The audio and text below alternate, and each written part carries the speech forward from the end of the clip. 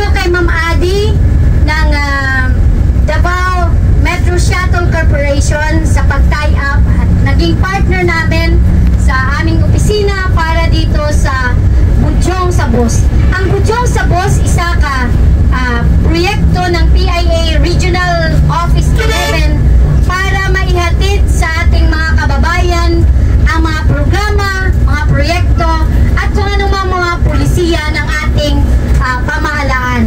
So dito makikita nyo may video tayo para mas madali sa atin kung ano ang gusto ninyong malaman sa ating gobyerno, ano mga serbisyo ang kailangan ng ating mga kababayan na hindi nyo alam kung paano mag-access, paano ba kumuha ng senior citizens social pension, paano ba para meron kayong PhilHealth card, paano ba maka-avail at sino ba pwede maka-avail ng ating mga programa, no? Tulad dito yung ipapalabas natin ngayon.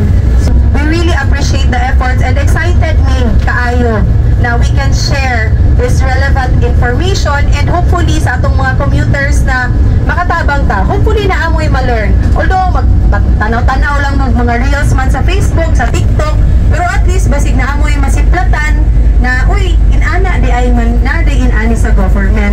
So I really hope that this will, everyone is happy with this good news and we're really looking forward to, even ako excited ko na daghan pa kong videos na ma-learn through Philippine Information Agency.